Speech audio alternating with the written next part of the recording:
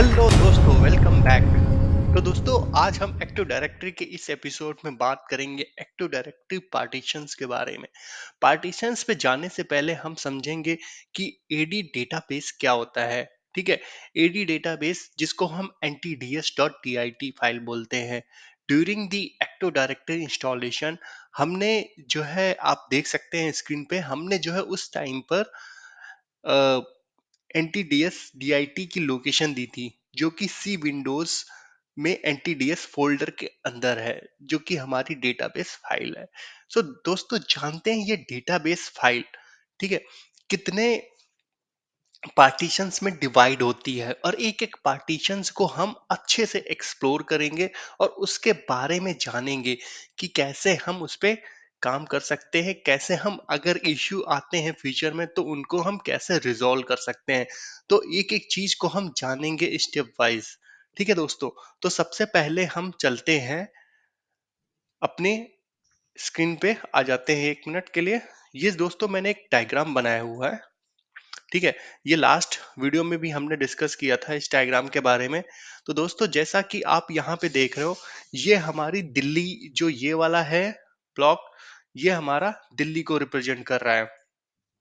ठीक है, ये हमारा दिल्ली को रिप्रेजेंट कर रहा है कि ये हमारी लोकेशन है, साइट है जिसका नाम है दिल्ली। ठीक है, ये दिल्ली साइट है।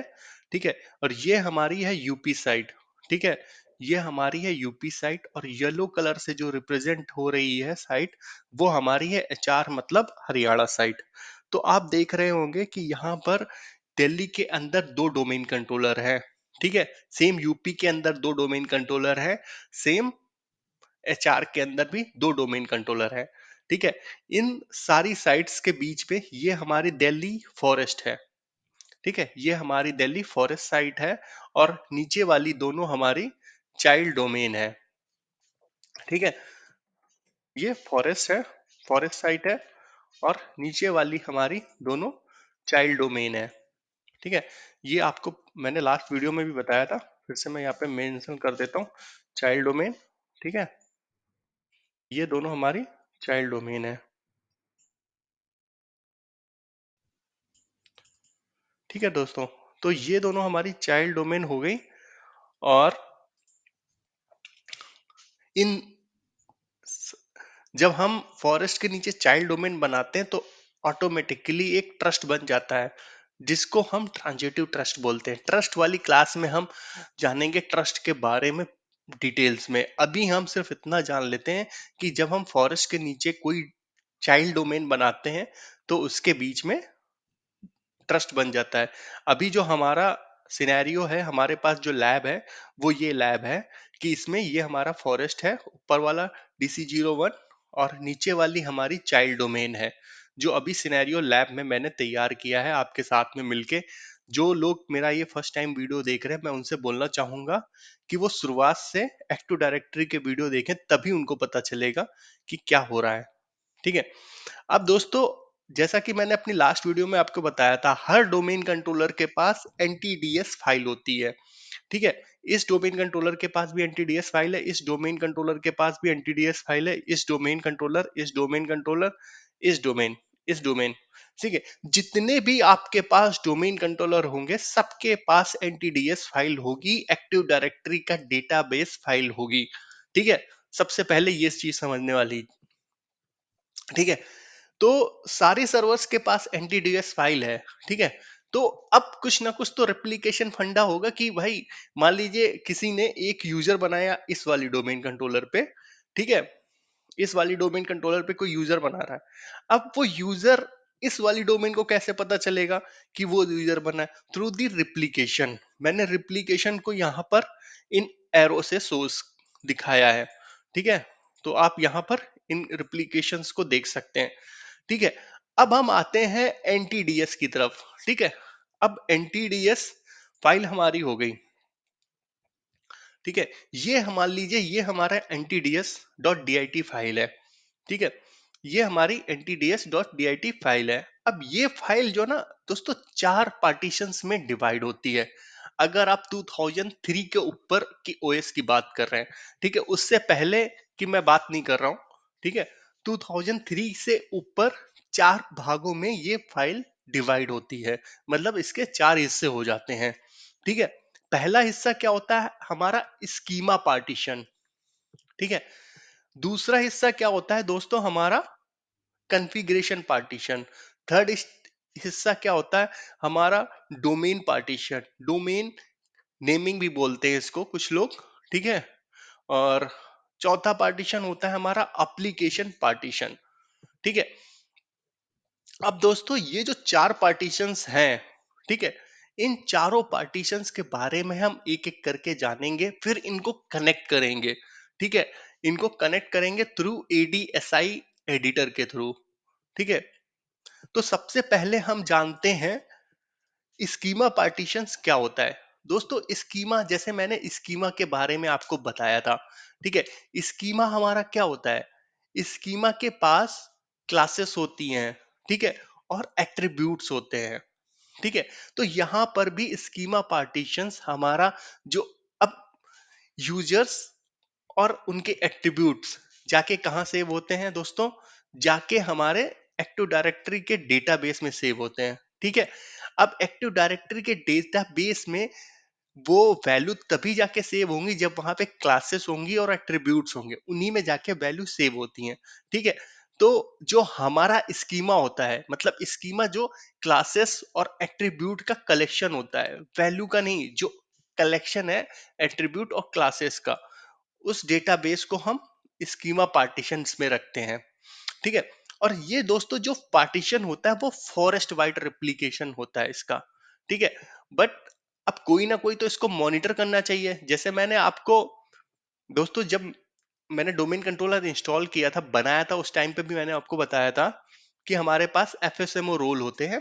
एफएसएमओ रोल हम नेक्स्ट क्लास में अच्छे से जानेंगे एफएसएमओ रोल के बारे में।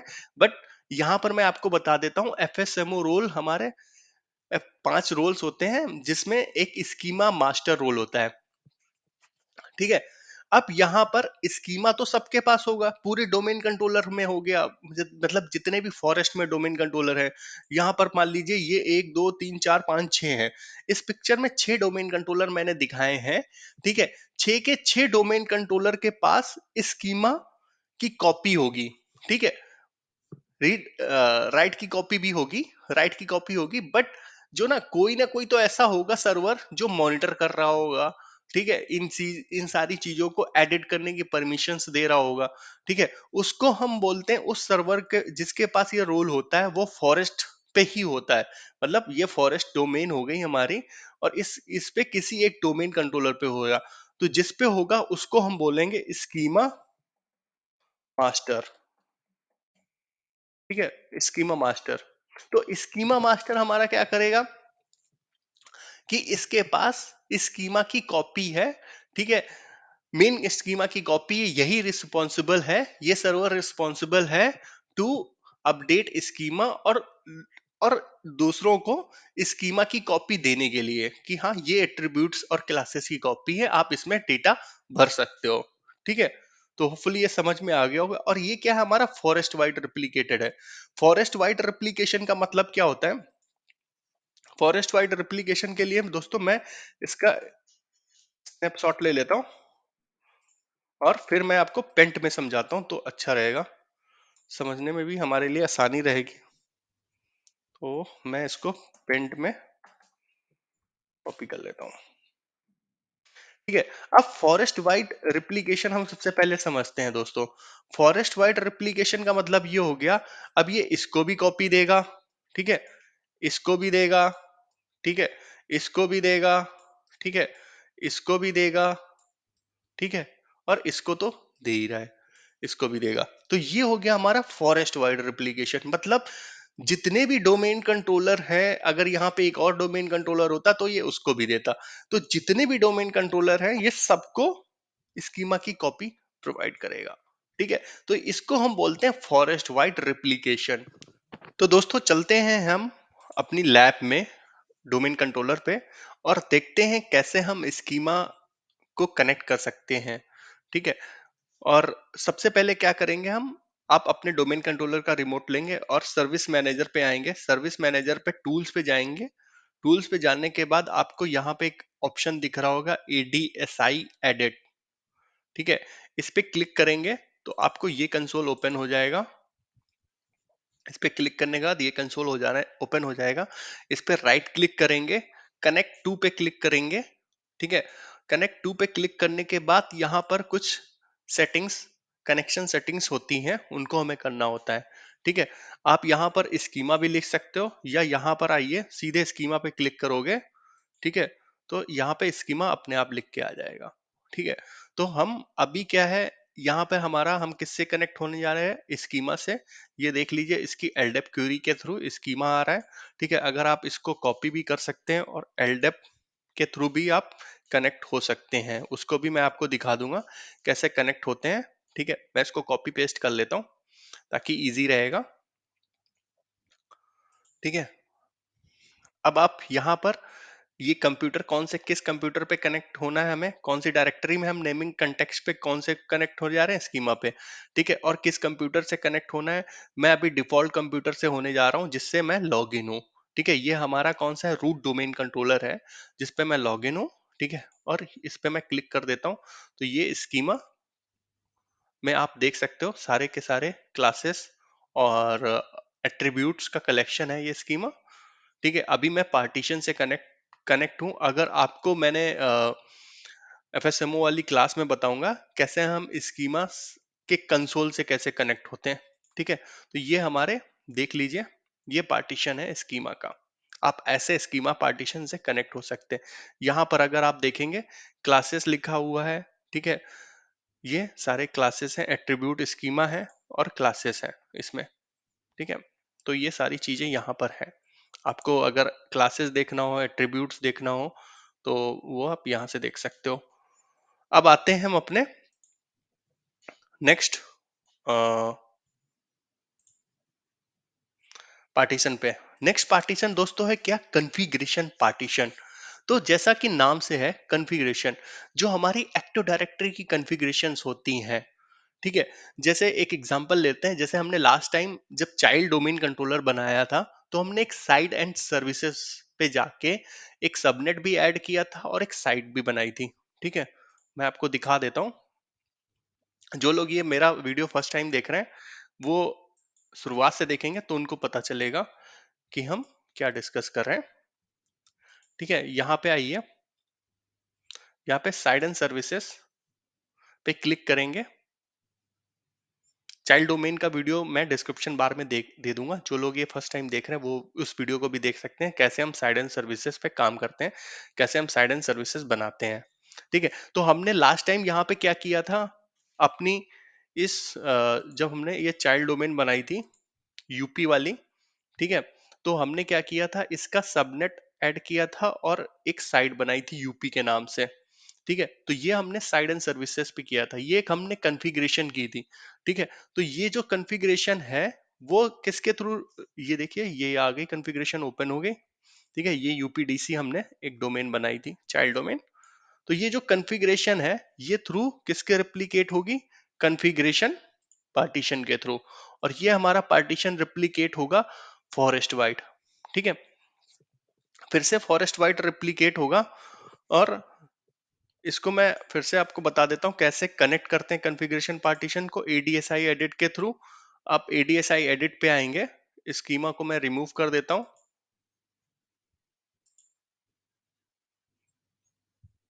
ठीक है, ये स्कीमा रिमूव हो गया।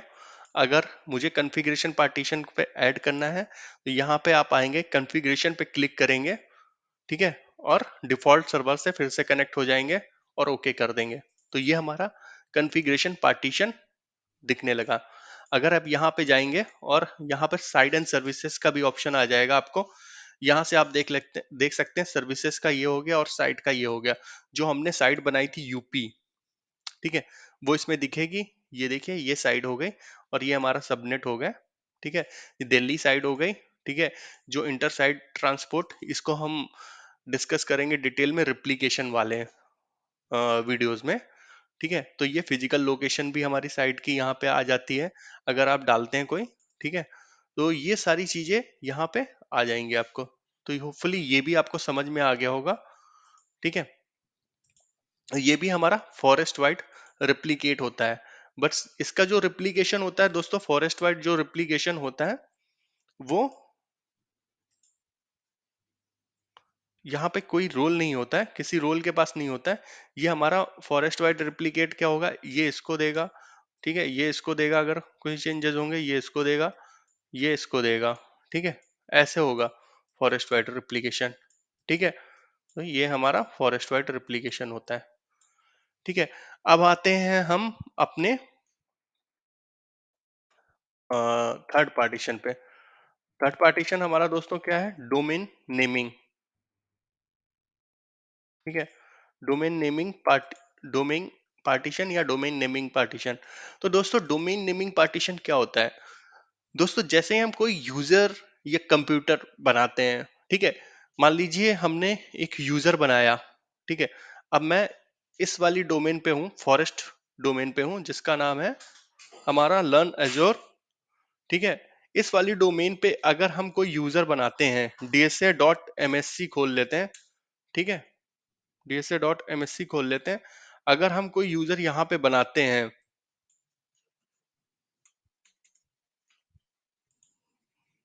ये डीएसए डॉट एमएससी ओपन हो रहा है,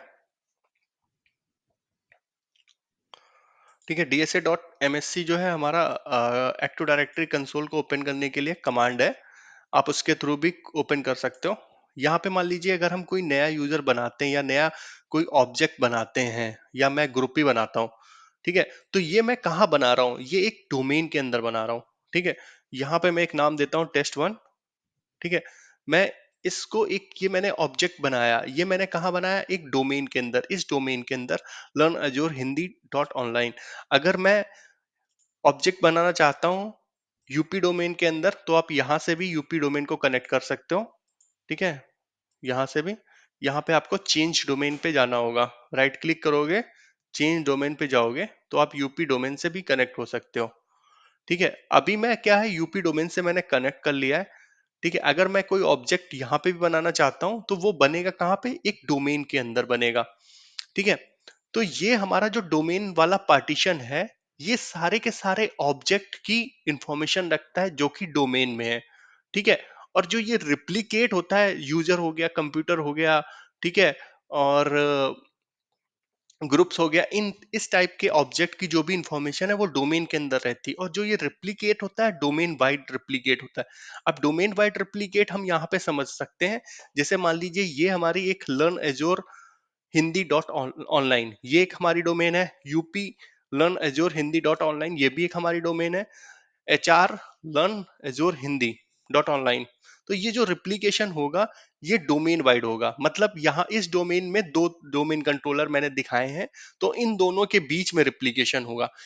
ठीक है, अगर मैं यहाँ पे एक यूजर ऑब्जेक्ट बनाता हूँ, मान लीजिए इस वाले डोमेन कंट्रोलर पे बनाता हूँ, ठीक है, DC05 यूपी पे एक यूजर बनाता हूँ, तो वो इसके पास रिप्लिकेट होगा। ठीक है, अगर इसके पास बनेगा तो वो इसके पास रिप्लिकेट होगा। ठीक है, अगर कोई यहाँ पे बनाता है, HR वाले डोमेन पे बनाता है, DC11 पे बनाता है, तो वो 10 वाले पे रिप्लिकेट होगा। ठीक है, ना कि पूरे के पूरे फॉरेस्ट में होगा। ठीक है, तो यहाँ पर यही समझने वाली बात है, ये जो रिप्लिकेशन होता है वो, ये जो पार्टीशन का रिप्लिकेशन होता है वो डोमेन वाइज होता है। ठीक है, एक डोमेन से दूसरी डोमेन पे, सॉरी, एक विद इन अ डोमेन होता है, एक डोमेन कंट्रोलर से दूसरे डोमेन कंट्रोलर के बीच में होता है। ठीक है, तो ये आशा करता हूँ ये भी आपको समझ में आ गया होगा। ठीक है, अगर इसको कनेक्ट करना है तो हम फिर से आते हैं एडीएसआई एडिट पे। एडीएसआई एडिट बहुत अच्छा टूल है, उसके थ्रू आप जो है एलडेप के थ्रू भी कनेक्ट कर सकते हो, बट एडीएसआई मुझे अच्छा लगता है कनेक्ट करना। तो आप यहाँ पे आओगे डिफॉल्ट नेमिंग कंटेंट पे, कॉन्टेक्स्ट, ठीक है, इस पे आप क्लिक करोगे और फिर से ये आपका डोमेन नेमिंग कनेक्ट हो जाएगा। ठीक है, तो यहां पर आप देख सकते हो यूजर्स आ गया, ठीक है, कंप्यूटर्स आ गया, फॉरेन सिक्योरिटी प्रिंसिपल्स आ गए। ठीक है, हमारा जो हमने ITOU बनाया था वो भी आ गया यहाँ पे, डोमेन कंट्रोलर मेंबर सर्वर। अगर आप कोई भी OU यहाँ पे नया बनाते हो, मान लीजिए अभी तो मैं रूट वाली से कनेक्ट हूँ। जो एडीएसआई है वो मेरा रूट डोमेन से कनेक्ट है। ठीक है, ये हमारा रूट डोमेन से कनेक्ट है। आप यहाँ पे देख सकते हो डोमेन का नाम learn Azure Hindi dot online. ठीक है, तो ये हमारा रूट डोमेन से कनेक्ट है। यहाँ पे डीसी का नाम भी लिख के आ रहा है। ठीक है, अगर मैं मान लीजिए यहाँ पर एक नया ऑब्जेक्ट बनाता हूँ, उसके लिए मुझे क्या करना पड़ेगा, अपना active directory user and computer console मुझे रूट डोमेन कंट्रोलर से कनेक्ट करना पड़ेगा। तो वो जैसे ही मैं एक ओयू बनाऊंगा तो वो रिफ्लेक्ट हो जाएगा यहाँ पर। ठीक है, वो भी मैं आपको करके दिखा देता हूँ। यहाँ पे आप ब्राउज करोगे चेंज डोमेन, आपको मैं इस डोमेन से कनेक्ट कर लेता हूँ अपना कंसोल। ठीक है, अब मैं इस डोमेन पे आ गया हूँ। ठीक है, मैं यहाँ पर एक नया ओयू बना देता हूँ। ठीक है, इसका नाम दे देता हूँ टेस्ट 1 2 3। ठीक है, ये ओयू मेरा बन गया यहाँ पे टेस्ट 1 2 3। अब आते हैं हम एडीएसआई एडिट पे। ठीक है, उसके लिए आपको यहाँ पे रिफ्रेश करना पड़ेगा। समटाइम्स फिर से भी कनेक्ट करना पड़ जाता है। ये आ गया हमारा टेस्ट 1 2 3। ठीक है, ये आप देख सकते हैं। तो ये भी आपको समझ में आ गया होगा कि ये जो हमारा रेप्लिकेशन होता है ये डोमेन वाइड होता है। मतलब इस डोमेन कंट्रोलर, इस डोमेन के अंदर लर्न अजोर हिंदी डॉट ऑनलाइन के अंदर जितने भी डोमेन कंट्रोलर होंगे उनके बीच में रिप्लिकेशन होगा। ठीक है, उनके बीच में रिप्लिकेशन किसका होगा, जो ओयू मैंने बनाया है वो उन डोमेन कंट्रोलर पे रिफ्लेक्ट होने लगेगा, दिखने लगेगा। ठीक है, अब आते हैं हम अपने चौथे पार्टीशन पे, जो कि सबसे इंपॉर्टेंट पार्टीशन है। इंपॉर्टेंट क्या, सबसे कंसेप्चुअल है, लोगों को कंफ्यूज करता है ये पार्टीशन, एप्लीकेशन पार्टीशन। दोस्तों 2003 में एप्लीकेशन पार्टीशन इंट्रोड्यूस हुआ था। ठीक है, इसलिए इंट्रोड्यूस हुआ था क्योंकि उससे पहले क्या होता था, डीएनएस जो हमारा था, डीएनएस क्या होता है, डीएनएस और active directory ADDS service, both दोनों अलग अलग सर्विस हैं। बट माइक्रोसॉफ्ट क्या बोलता है कि रिकमेंडेशन है कि दोनों को इंटीग्रेट कर दो। ठीक है, जब हम दोनों को इंटीग्रेट करते थे तो 2000 विंडोज 2003 से पहले, ठीक है 3 से पहले मतलब विंडोज 2000 में जो है ना डीएनएस पार्टीशन इसके साथ में इस वाले में चला जाता था डोमेन में। ठीक है, उसके बाद कुछ लिमिटेशंस आती थी क्योंकि डीएनएस अगर आपको कभी दूसरी डोमेन पे चाहिए तो उसको ऑथराइज करना पड़ता था, बहुत सारे प्रॉब्लम्स आते थे। तो माइक्रोसॉफ्ट ने 2003 में इंट्रोड्यूस किया एप्लीकेशन पार्टीशन। ठीक है, अब हम जब डीएनएस और एक्टिव डायरेक्टरी दोनों को इंटीग्रेट करते हैं, ठीक है, इंटीग्रेट का मतलब ये हो गया यहाँ पे एक डोमेन कंट्रोलर के ऊपर, ये हमारा डोमेन कंट्रोलर है। ठीक है, इस डोमेन कंट्रोलर के ऊपर एडीडीएस सर्विस भी है और डीएनएस सर्विस भी है। अगर आप डीएनएस कंसोल को ओपन करोगे, ठीक है, यहाँ पे आइए, डीएनएस कंसोल को हम ओपन करते हैं। ठीक है, तो डीएनएस कंसोल पे क्या होती है, हमारी जोन्स बनती हैं जिनके अंदर डीएनएस के रिकॉर्ड्स होते हैं। ठीक है, अब मैं इसको भी ना, आपको जब डीएनएस की क्लास होगी मैं उसको बहुत ज्यादा डीप नॉलेज आपके साथ शेयर करूंगा, क्योंकि इस अब ये देखिए, ये हमारी जोन हो गई लर्न एजोर इन हिंदी डॉट ऑनलाइन। ठीक है, अब अगर आप इस जोन पे राइट प्रॉपर्टीज पे आएंगे तो यहां पर आप देख सकते हैं ये हमारी क्या है, एक्टिव डायरेक्टरी इंटीग्रेटेड जोन है। ठीक है, एक्टिव डायरेक्टरी इंटीग्रेटेड का मतलब ये हो गया, जो इस जोन का डेटा है वो डीएनएस पार्टीशन में जाके सेव हो जाएगा, उस डीएनएस पार्टीशन में जाके रहेगा। ठीक है, कौन से पार्टीशन में रहेगा, एप्लीकेशन पार्टीशन में रहेगा, क्योंकि ये जो हमारा ऑपरेटिंग सिस्टम है 2003 से ऊपर का है। ठीक है, तो इतना आपको समझ में आ गया, ये पार्टीशन हमारा 2003 से ऊपर का है। तो ये एप्लीकेशन पार्टीशन हमारा, अभी हम क्या है यहाँ पर, इन एप्लीकेशंस के लिए हो सकता है, कोई भी एप्लीकेशन हो सकता है। अभी हम यहाँ पे कौन सा एप्लीकेशन यूज कर रहे हैं, डीएनएस। ठीक है, जो कि इंटीग्रेटेड है एक्टिव डायरेक्टरी के साथ में। तो जैसे ही आप एक्टिव डायरेक्टरी के साथ इंटीग्रेट करते हो तो दो पार्टीशन, एप्लीकेशन पार्टीशन के अंदर दो पार्टीशन बन जाते हैं।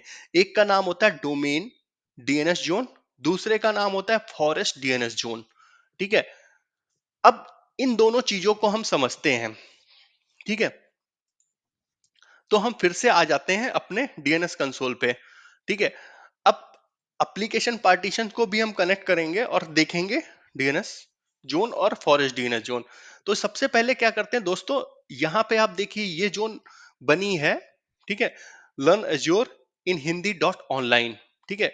ये जो जोन है हमारी, ये क्या है, all DNS server in the domain, ठीक है। अगर मैं यहाँ पे चेंज पे क्लिक करता हूं तो यहाँ पे हमारे पास तीन ऑप्शंस आ रहे हैं। फोर्थ वाला ऑप्शन ग्रिड आउट है तो हम उसकी बात नहीं करेंगे। यहाँ पर हमारे तीन ऑप्शंस आ रहे हैं।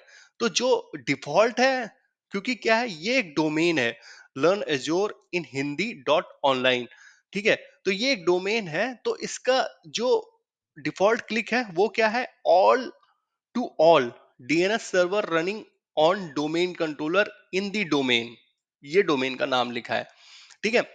तो ये जो हमारा रिप्लिकेशन हो रहा है, ये कौन सा रिप्लिकेशन हो रहा है, हमारा डोमेन डीएनएस जोन, ठीक है। ये हमारा रिप्लिकेशन हो रहा है डोमेन वाइड, ठीक है। डोमेन वाइड रिप्लिकेशन क्या होता है, ये हमारी एक डोमेन है। अभी हम जो हमारा कंसोल कनेक्ट है वो इस वाली डोमेन से कनेक्ट है, तो हम इसकी बात करते हैं, ठीक है। ये एक हमारी डोमेन है, ठीक है। डोमेन का नाम क्या है, लर्न एजोर हिंदी, लर्न एजोर इन हिंदी डॉट ऑनलाइन, ठीक है। अब इसमें कितने डोमेन कंट्रोलर हैं, दो। तो जो रिप्लिकेशन होगा, वो जो ये डीएनएस जोन रिप्लिकेट होगी वो इसके पास भी होगी, एक इसके पास भी होगी। रिप्लिकेशन का मतलब यहाँ पे दोस्तों ये हो गया कि वो कॉपी किस किस के पास होगी, ठीक है। तो ये कॉपी इसके पास भी होगी और एक कॉपी इसके पास भी होगी, ठीक है। ये भी एडिट कर सकता है डीएनएस रिकॉर्ड और ये भी एडिट कर सकता है, ठीक है। तो यहां पर ये मतलब हो गया, to all DNS server running on the domain controller in the domain, ठीक है। ये डोमेन कौन सी है, ये इसके अंदर जो भी जितने भी डोमेन कंट्रोलर होंगे, डोमेन कंट्रोलर हम, ये हमारा एक डोमेन कंट्रोलर है और एक ये हमारा डोमेन कंट्रोलर है, ठीक है। तो आपको समझ में आ गया, ठीक है। अब आते हैं हम इस वाले ऑप्शन पे, ठीक है, टू ऑल। अगर हम इस पे क्लिक कर देते हैं तो क्या होगा, ठीक है। डिफॉल्ट तो इस पे आ रहा है, अगर हम इस पे क्लिक करते हैं तो क्या होगा, to all DNS server running on the domain controller in the forest, ठीक है। To all the DNS server running on the domain controller in the forest, ठीक है। इस फॉरेस्ट के अंदर जितने भी डोमेन कंट्रोलर होंगे तो ये उसमें जाके रिप्लिकेट हो जाएगा, ठीक है। अगर इस फॉरेस्ट के अंदर दो डोमेन कंट्रोलर होंगे या तीन डोमेन कंट्रोलर होंगे, ये सब पे जाके रिप्लिकेट हो जाएगा। अगर आपको फॉरेस्ट और डोमेन के बीच में कंफ्यूजन है तो आप मेरा जो है डोमेन फॉरेस्ट वाला वीडियो देखें, उसके बाद आपका ये डाउट भी क्लियर हो जाएगा कि फॉरेस्ट और डोमेन क्या होती हैं, ठीक है। अब हम आते हैं थर्ड ऑप्शन पे, ठीक है। तो ये वाला जो ऊपर वाला ऑप्शन है, ये इसका जो रिप्लिकेशन होगा वो फॉरेस्ट वाइड होगा। तो ये वाला फॉरेस्ट वाइड कौन सा है हमारा, ये थर्ड वन, ठीक है, डीएनएस फॉरेस्ट डीएनएस जोन। अब आपके दिमाग में क्वेश्चन आएगा कि थर्ड वाला फिर क्या है, ठीक है। तो अब हम थर्ड वाले पे आ जाते हैं। तो दोस्तों थर्ड वाला क्या है, हमारे लिए 2000 कंपेटेबल वाला है, ठीक है, कंपेटेबिलिटी वाला है। अब क्या है कंपेटेबिलिटी वाला, जैसा कि मैंने आपको बताया था कि अगर 2003 से ऊपर है ऑपरेटिंग सिस्टम तो वो फॉरेस्ट वाइड या डोमेन वाइड होगा, ठीक है। वो फॉरेस्ट वाइड होगा या डोमेन वाइड होगा। अगर 2000 पे है तो वो हमारा कहां पे रहेगा, उसका पार्टीशन यहां पे आ जाएगा, डोमेन नेम, डोमेन पार्टीशन में आ जाएगा, ठीक है। डीएनएस का डेटाबेस, ठीक है, डीएनएस का डेटाबेस डोमेन पार्टीशन में आ जाएगा। तो यहां पर वही वो कह रहा है, to all domain controller in the domain, ठीक है, फॉर विंडोज 2000 कंपेटेबिलिटी, ठीक है, फॉर दिस डोमेन। अब आपको समझ में आ गया 2000 में क्या होता था, कि जो डीएनएस का डेटा होता था वो डोमेन एनसी में हुआ करता था, ठीक है, डोमेन पार्टीशन में हुआ करता था। डोमेन एनसी डोमेन पार्टीशन दोनों एक ही होते हैं, ठीक है। तो हमें इस पे ले ही नहीं जाना है, हमें अभी यही रखना है, ठीक है। ठीक है दोस्तों, तो ये आपको समझ में आ गया ये जो है, और ये वाली जो MS DCS.Learn, ठीक है, एजोर इन हिंदी, इसका हम प्रॉपर्टीज ओपन करते हैं और इसका देख लेते हैं। ठीक है, तो ये जो हमारी बन के आती है ये डिफॉल्ट बन के आती है। ठीक है, ये हमारी डिफॉल्ट बन के आती है। जैसे ही हम पेरेंट या जैसे ही हम डोमेन बनाते हैं, तो MSDCS हमारा जो है ये डिफॉल्ट बन जाता है। इसमें क्या होते हैं दोस्तों, इसमें इस जोन में जो रिकॉर्ड्स होते हैं वो हमारे नेम सर्विसेज के रिकॉर्ड होते हैं। ये मैं आपको जब डीएनएस की क्लास करेंगे तो मैं आपको बताऊंगा कि नेम सर्विस रिकॉर्ड हमारे किस पर्पस के काम आते हैं, एडवर्टीजमेंट क्या होता है, ठीक है, पोर्ट्स क्या होते हैं, एसआरवी रिकॉर्ड्स क्या होते हैं, वो हम डिटेल में डिस्कस करेंगे। बट अभी फोकस करते हैं जो हमारा टॉपिक है। ये जो हमारा रेप्लिकेशन हो रहा है इसका हो रहा है, ये भी हमारी जो जोन है वो भी एक्टिव डायरेक्टरी इंटीग्रेटेड है, और जो इसका रेप्लिकेशन हो रहा है वो भी फॉरेस्ट वाइड हो रहा है। ठीक है, ये देखिए अब फॉरेस्ट वाइड हो रहा है। तो ये भी आपको समझ में आ गया, ये हमारा फॉरेस्ट वाइड है। अब हम आते हैं अपने एडीएसआई एडिटर पे, इसको करते हैं रिमूव। ठीक है, एडीएसआई एडिटर से हम कनेक्ट करते हैं डोमेन डीएनएस जोन। ठीक है, इसको कनेक्ट करने के लिए आपको यहां पे क्लिक करना पड़ेगा। ठीक है, DC equal to domain DNS zones, ठीक है, कामा डीसी इक्वल टू, ठीक है, अब आपको पूरी डोमेन का नाम लिखना पड़ेगा। Learn, LEARN, learn in Hindi, ठीक है, डीसी इक्वल टू ऑनलाइन। ठीक है, अब ये क्या है हमारा, ये वाले सर्वर पे मैं डिफॉल्ट ले लेता हूं और इसको क्लिक कर देते हैं। ये हमारा किससे कनेक्ट हो गया, हमारा डोमेन डीएनएस जोन आ गई हमारी यहाँ पर। अब डोमेन डीएनएस जोन हमारी कौन सी थी, यहाँ पे अगर मैं आऊं डीएनएस कंसोल पे, ये वाली हमारी लर्न एजोर इन हिंदी डॉट ऑनलाइन, ये हमारी डोमेन डीएनएस जोन है। ठीक है, डोमेन रिप्लिकेटेड जोन है। ठीक है, तो वो, हाँ, डोमेन डीएनएस जोन है वो हमारी किस में आएगी, इसमें आएगी। ठीक है, अगर ये देखिए ये हमारी आ गई। अब मैं इसमें फॉरेस्ट वाला भी कनेक्ट कर लेता हूं, फॉरेस्ट।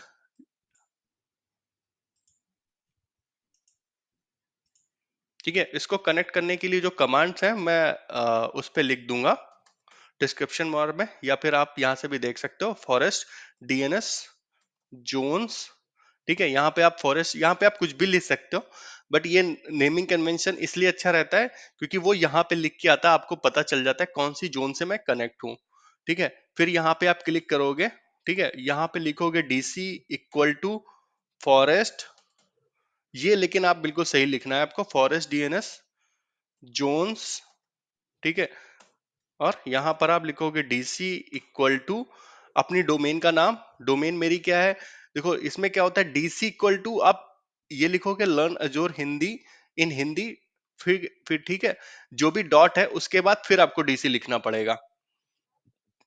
ठीक है, यहाँ पे डीसी इक्वल टू लर्न एजोर इन हिंदी, ठीक है, डीसी इक्वल टू ऑनलाइन। ठीक है, अब आप इसको फिर से ओके करोगे तो ये मैं फॉरेस्ट डीएनएस जोन से कनेक्ट हो गया। और फॉरेस्ट में हमारा कौन से आने चाहिए, एमएसडीएन वाली आने चाहिए। यहाँ पे मैं माइक्रोसॉफ्ट डीएनएस पे जाऊंगा तो ये आ गई हमारी MSDCS लर्न एजोर डॉट हिंदी। ठीक है, अब अब ये आता है क्वेश्चन दोस्तों। ठीक है, ये मैं आपको बता देता हूँ। वैसे आप इसको अगर यहाँ से प्रॉपर्टीज से, ठीक है, ये हमारी भी डोमेन वाइड हो रही है, अगर मैं इसको यहाँ पे क्लिक कर देता हूँ फॉरेस्ट वाइड, तो क्या होगा, ये होगा दोस्तों, ये जो हमारी एडीएसआई एडिट से जो मैं कनेक्ट हूँ, ये जोन यहां से उठ के, यहां से उठ के यहाँ पे आ जाएगी। ठीक है, वो भी करके देख लेते हैं, ये मैं डीएनएस की क्लास में बताना था, बट चलो कोई नहीं, आप इस पे ओके करोगे। और इसको, ये थोड़ा सा टाइम लेगी होने में, क्योंकि डेटा आपका क्या हो रहा है, माइग्रेट हो रहा है फ्रॉम यहां से और यहां पे माइग्रेट हो रहा है।